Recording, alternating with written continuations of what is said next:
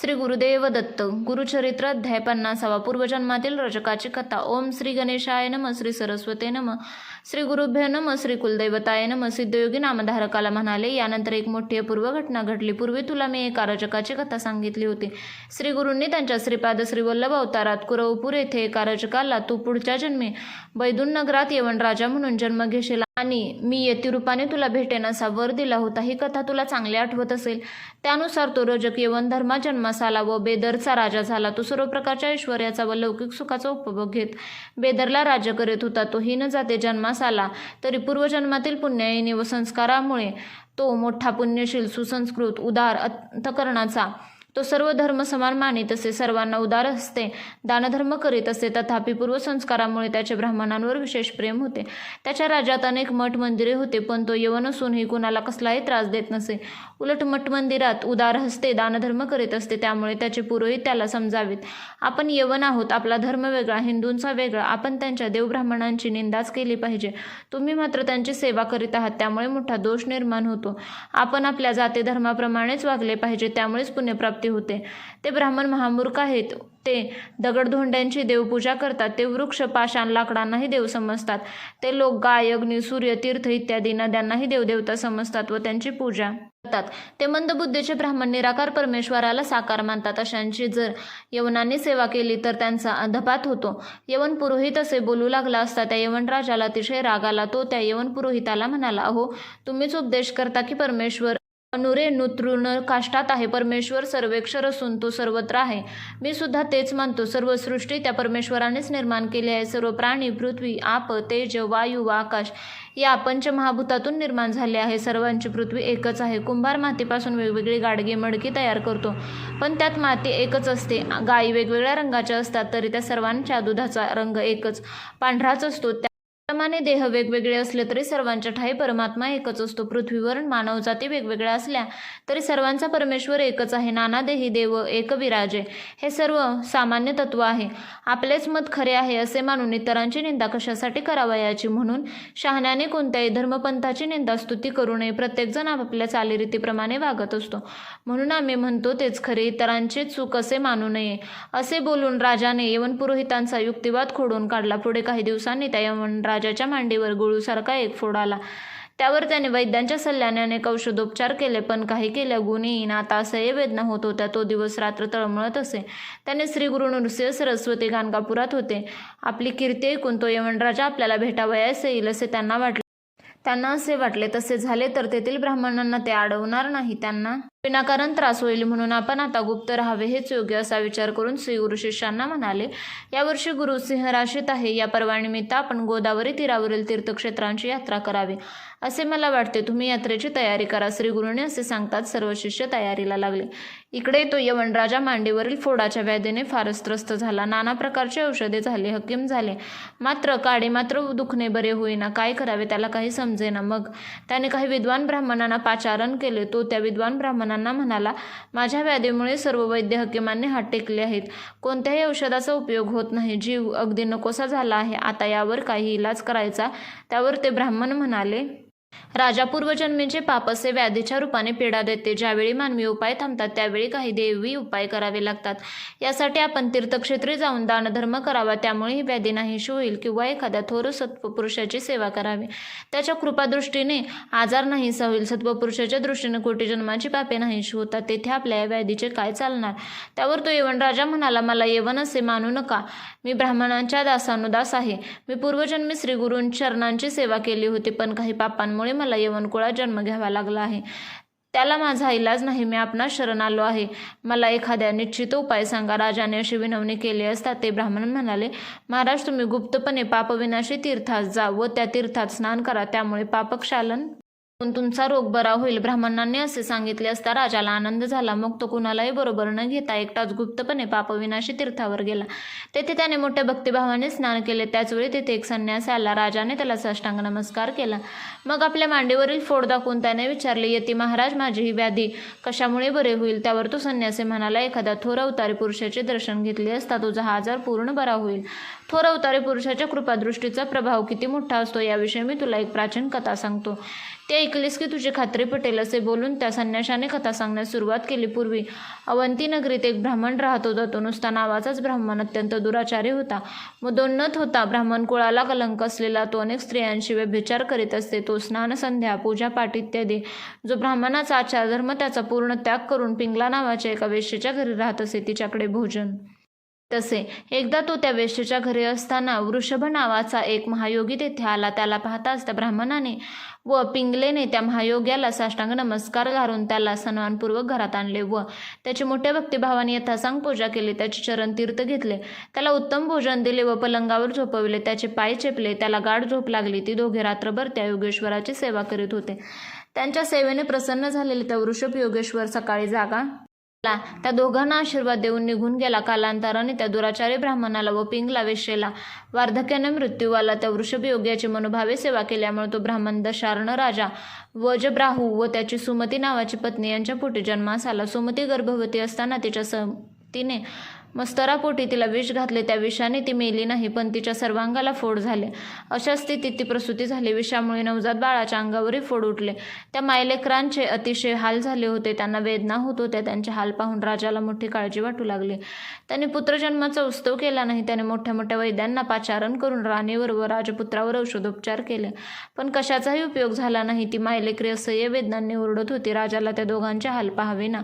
त्या फोडांनी त्या दोघांची शरीरे नासून किळसवाणी झाली. शेवटी राजाने मन कठोर करून त्या दोघांचा त्याग करण्याचा निर्णय घेतला. त्याने काही कोळ्यांना बोलावून सांगितले, या दोघां मायलेकरांना निर्मनुष्य अरण्यात नेऊन सोडून या. राजाचा हा निर्णय ऐकून राजवाड्यातील सर्व स्त्री पुरुषांना अतिशय दुःख झाले. ते राजाला शिव्याशाप देऊ लागले. त्याला पापी दुराचारी म्हणू लागले. राजा आज्ञेनुसार त्या कोळ्यांनी राणीला व राजपुत्राला रथात बसवून निर्मनुष्य अरण्यात नेऊन सोडले. बिचारी सुमती आधीच शरीरावरील फोडाने त्रस्त झालेले, त्यातच पतीने त्याग केलेला, यामुळे ते आक्रोश करीत होते. आपल्या व्याधीग्रस्त मुलाला कडेवर घेऊन रानावनात भटकू लागले. अन्न पाण्याविना तिचे फार हाल होत होते. त्या घोर अरण्यात भटकत असता तिला काही गुराखी दिसले. ती त्यांच्याजवळ पाणी मागू लागली. तेव्हा ते गुराखी तिला म्हणाले, तू अशीच पुढे जा. तेथे तुला एक मंदिर दिसेल. तेथे तुझी खाण्यापिण्याची राहण्याची सोय होईल, असे त्या गुराख्याने सांगितले. असता सुमती मुलाला घेऊन पुढे जाऊ लागली. वाटेत तिला एक गाव लागले. त्या गावातील लोक तिला सुखी समाधानी वाटले. ते पाहून तिला खूप बरे वाटले. तिने त्या गावातील स्त्रियांकडे जाऊन या गावाचा राजा कोण आहे असे विचारले असता त्या स्त्रिया म्हणाल्या, पद्माकर नावाचा वेश्य या गावाचा मुख्य आहे. तो मोठा पुण्यवान, परोपकारी, धर्मशील, श्रीमंत आहे. तू त्याला भेट. त्याला आपली परिस्थिती सांग. तो तुला नक्की आश्रय देईल. त्या स्त्रिया असे सांगत होत्या. त्याचवेळी पद्माकाराची दासी योगायोगाने तेथे आली. त्या मायलेकरांची दयनीय अवस्था पाहून त्या दासीला त्यांची दया आली. ती त्या दोघांना घेऊन पद्माकाराच्या घरी गेली. त्या पद्माकार वेश्याने त्या दोघांना आपल्या घरी आश्रय दिला. त्यांच्या अन्न वस्त्राची राहण्याची व्यवस्था केली. त्या पद्माकार वेश्याकडे राहत असताना एके दिवशी लय राजपुत्राला म्हणजे सुमतीच्या मुलाला मृत्यू झाला. आपला एकुलता एक पुत्र मरण पावला म्हणून सुमती दुःखाने जमिनीवर गडागडा लोळत आक्रोश करू लागले. राजवाड्यातील स्त्रियांनी तिचे परोपरीने सांत्वन करण्याचा प्रयत्न केला, पण सुमतीला तिचा शोक काही केला थांबेना. त्याचवेळी दोघांचे पूर्वजन्मातील पुण्यकर्म लक्षात घेऊन महायोगी वृषभ तेथे प्रकट झाला. त्याला पाहताच पद्माकर वैशाने त्या योगीशाला साष्टांग नमस्कार केला. त्यांची यथासांग पूजा केली. त्यावेळी त्या योगीशाने विचारले, घरात कोण बरे रडत आहे? काय झाल्याने त्या मायलेकरांची हकीकत सांगितली. ते ऐकताच त्या महायोगी वृषभाला त्या मायलेकरांची दया आली. मग तो सुमतीजवळ जाऊन तिला समजावीत म्हणाला, तू विनाकारण का बरे शोक करतेस? या जगात कोण जन्माला आला आणि कोण मेला? सांग बरे. या जगात चिरंजीव कोण आहे? जो जन्मास येतो त्याला एक दिवस मृत्यू येतोच. हे जग क्षणभंगूर आहे. देह हा नाशवंत आहे. गंगेच्या पाण्यावरील फेस किंवा पाण्यातील बुडबुडा त्याप्रमाणे हे जग क्षणिक आहे. म्हणून शहाण्या मनुष्याने जन्ममृत्यूबद्दल आनंद किंवा दुःख करू नये. मातेच्या उदरात जेव्हा गर्भ निर्माण होतो तेव्हा त्याचा मृत्यूही ठरलेला असतो. कोणी तरुणपणी मरतो तर कोणी वृद्धपणी मरतो. प्रारब्धानुसार सर्व काही घडत असते. आई, वडील, पुत्र इत्यादी नाती माईपोटी निर्माण झालेले असतात. ब्रह्मदेवाने लिहिलेली लाटरेषा कधीही बदलत नाही. मला सांग, गतजन्मी तू कोणाची पत्नी होतीस? कोणाची तू माता होतीस? कोण तुझा पुत्र होता? सांगता येत नाही ना? मग तू विनाकारण शोक का बरे करतेस?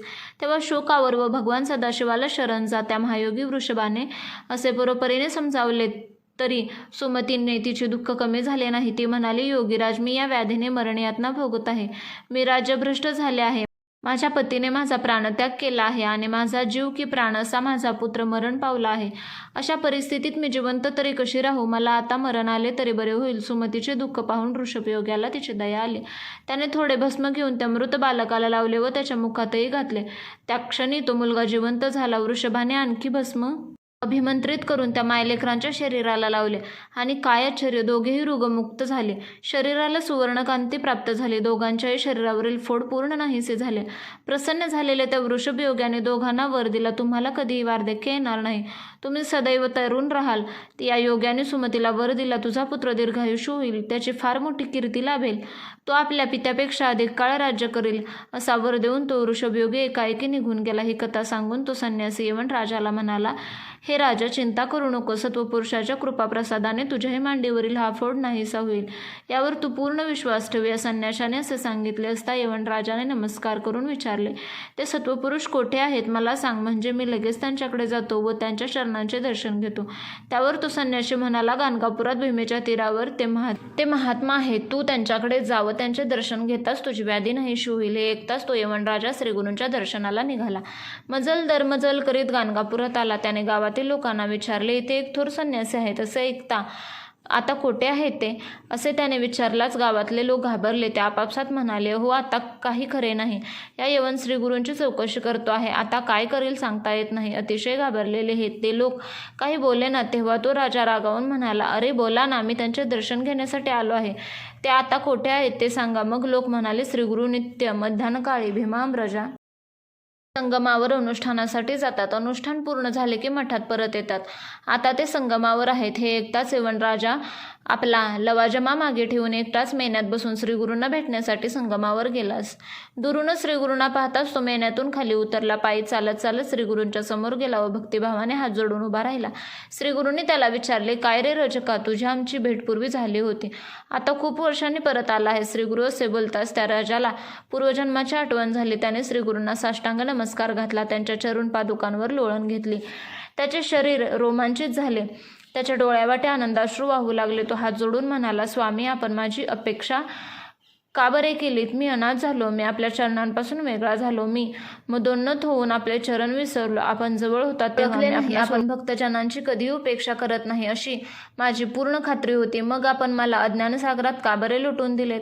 आता माझा उद्धार करा, यासाठी मी आपणास शरण आलो आहे. आता मला हा जन्म पुरे. श्रीगुरू म्हणाले, मी तुझ्यावर प्रसन्न आहे. तुझ्या सर्व इच्छा वासना पूर्ण होतील. तेव्हा राजा म्हणाला, स्वामी, माझ्या मांडीवर मोठा फोड आला आहे. त्याच्या असह्य वेदना होत आहेत. आपण एकदा कृपादृष्टीने पाहावे. राजाचे ते बोलणे ऐकून श्रीगुरू हसून म्हणाले, अरे, तो फोड कोठे आहे? दाखव बरे. राजा पाहतो तो काय, तो असह्य वेदना देणारा फोड नाहीसा झाला होता. ते पाहून राजाला मोठे आश्चर्य वाटले. तो श्रीगुरूंच्या चरणांवर मस्तक ठेवून म्हणाला, स्वामी, मला आपण रोगमुक्त केलेत. मला राजपद व सर्व ऐश्वर्य देऊन माझे गतजन्मातील इच्छा पूर्ण केलीत. ही सगळी केवळ आपली कृपा. आता आपण एकदा तरी माझ्या राजधानीत यावे अशी प्रार्थना आहे. त्यावर श्रीगुरू म्हणाले, अरे, आम्ही आहोत तापसी संन्यासी. आम्ही तुझ्या नगरात कसे येणार? तेथे तर हिंसादी पापकर्मे चालू असतात. तेथे गोहत्या होत असते. जीवहंसा हे महापाप आहे. अशा ठिकाणी आम्ही येणे योग्य ठरणार नाही. राजा म्हणाला, हे सर्व घडते माझा पूर्वीचा जन्म रजकाचा, पण आपल्या आशीर्वादाने मला राज्य मिळाले. अनेक प्रकारची सुखे मला मिळाली. पण एकदा मला पुत्रपौत्र समजून आला तर सर्व गोष्टीचा त्याग करून आपली सेवा करीत राहीन. राजाने असे पुरपरीने विनंती केली असता श्रीगुरूंनी विचार केला, आता यापुढे वनांची सत्ता वाढणार आहे, तेव्हा आता या कलियुगात जास्त काळ प्रकट राहणे योग्य नाही. आज हा यवन राजा इथे आला, उद्या त्याचे प्रजाजन येऊन लागतील, तेव्हा आता गुप्त होणेच योग्य आहे. तेव्हा सिंहस्थाच्या निमित्ताने गौतमी यात्रा करू व या राजाची इच्छा पूर्ण करू असा विचार करून ते मठाकडे निघाले. राजाने त्यांना मेन्यात बसवले. त्यांच्या पादुका हातात घेऊन तो पायी चालू लागला. तेव्हा श्रीगुरू त्यांना म्हणाले, राजा, तू ब्राह्मणाची सेवा करतो आहेस असे तुझ्या लोकांनी पाहिले तर तुझी निंदा करतील, म्हणून तू मेन्यातच बस. पण राजाने ते मानले नाही. मी आपणास दासानुदास आहे असे म्हणून तो चालतच निघाला. राजाने आपल्याबरोबर आणलेले सर्व ऐश्वर्य दाखवले. श्रीगुरू त्याला म्हणाले, राजा, तुझ्या ह्या लवाजमाबरोबर जायचे तर उशीर होईल. माझा नित्य अनुष्ठानात खंड पडेल. तू पुढे जा, मी तुझ्या नगरीत येईल. असे सांगताच राजा निघून गेला. मग श्रीगुरू शिष्यांसह दृश्य झाले व मनोवेगे पापविनाशी तीर्थावर आले. आले. श्री गुरु आल्याचे समजताच सायनदेव साखरेचा पुत्र नागनाथ तेथे आला. श्री गुरु अनुष्ठानास बसले होते. नागनाथाने श्री गुरूंना आपल्या घरी नेऊन त्यांची यथासांग पूजा केली व मोठी समाराधना केली. मग श्री गुरु त्याला म्हणाले, आता आम्हाला निरोप दे. बिदरचा यवन राजा मला पापविनाशी तीर्थावर भेटावयास येणार आहे. मी तेथे दिसलो नाही तर तो तेथे येईल. तुम्हा ब्राह्मणांना त्याचा उपद्रव होईल असे सांगून त्याला अनेक आशीर्वाद देऊन श्री गुरु पापविनाशी तीर्थावर गेले. पूर्वी ठरल्याप्रमाणे यवनराजा तेथे आला. त्याने श्री गुरूंना पालखीत बसवून वाजत गाजत आपल्या राजधानीत नेले. ब्राह्मणादी हिंदूंना आनंद झाला, पण यवनांची राजाची निंदा केली. राजाने श्री गुरूंना उच्चासनावर बसवून त्यांची पाद्यपूजा केली. बरोबर आलेल्या शिष्यांचा सन्मान केला. मोठा दानधर्म केला. ब्राह्मणांना व याचकांना संतुष्ट केले. या निमित्ताने प्रजाजनांनाही श्रीगुरूंच्या दर्शनाचा लाभ झाला. संतुष्ट झालेल्या श्रीगुरूंनी एकांतात राजाला आशीर्वाद देऊन विचारले, आता तू संतुष्ट झाला आहेस ना? तुझ्या आणखी काही इच्छा आहे काय? असेल तर सविस्तर सांग. राजा म्हणाला, स्वामी, आता तुमची चरणसेवा घडावी एवढीच माझी इच्छा आहे. मला मुक्ती हवी आहे. ते ज्ञान मला द्या. श्रीगुरु म्हणाले, तुझी इच्छा पूर्ण होईल. तू आपल्या पुत्रावर राज्याची जबाबदारी सोपवून श्रीशैल्य पर्वतावर ये. तेथे आपली भेट होईल असे सांगून श्रीगुरु गौतमी यात्रा करून गाणगापुरात परत आले. श्रीगुरूंना पाहताच सर्वांना अतिशय आनंद झाला. सर्वांनी त्यांची मंगल आरती केली. मग सर्व शिष्यांना जवळ बोलावून श्रीगुरु त्यांना म्हणाले, सर्वत्र ख्याती झाली आहे. बिदरचा यवन राजा माझा भक्त झाला आहे. हे पाहून त्याचे प्रजाजनही आपल्या वासनापूर्तीसाठी येथे येऊ लागतील. त्यांचा येथील लोकांना व ब्राह्मणांना त्रास होईल. म्हणून मी प्रकट रूपाने श्रीशैल्य यात्रेला जाणार आहे. मात्र गुप्त व सूक्ष्म देहाने मी येथेच गाणगापुरात वास्तव्य करणार आहे. हे तुम्ही लक्षात ठेवा असे सांग. लौकिक अर्थाने श्रीशैल्य यात्रेला निघाले असे सिद्धयोग्याने नामधारकाला सांगितले. ग्रंथकार सरस्वती गंगाधर म्हणतात, श्री गुरु नरसिंह सरस्वती गाणगापुरात असलेले मी प्रत्यक्ष पाहिले आहे. जे लोक त्यांची भक्तिभावाने उपासना आराधना करतात त्यांच्या सर्व इच्छा कामना त्वरित पूर्ण होतात. याविषयी जराही संदेह बाळगू नये. त्यांना विनाष्टक कामनापूर्ती हवी असेल त्यांनी गाणगापुरात जावे. तेथे प्रत्यक्ष कल्पवृक्ष आहे. तेथे गेले असता मनातल्या सर्व इच्छा कामना पूर्ण होतात. धनधान्य पुत्रपौत्र इत्यादीचे हवे असेल ते प्राप्त होते. सिद्धयोगी नामधारकाला जे कोणी श्री गुरुचरित्राचे भक्तिभावाने निष्ठेने श्रवण पठन करेल त्याच्या सर्व इच्छा पूर्ण होतील. अशा रीतीने श्री गुरुचरित्रामृतातील पूर्वजन्मातील रचकाची कथा नावाचा अध्याय 50वा समाप्त. श्री गुरुदेव दत्त.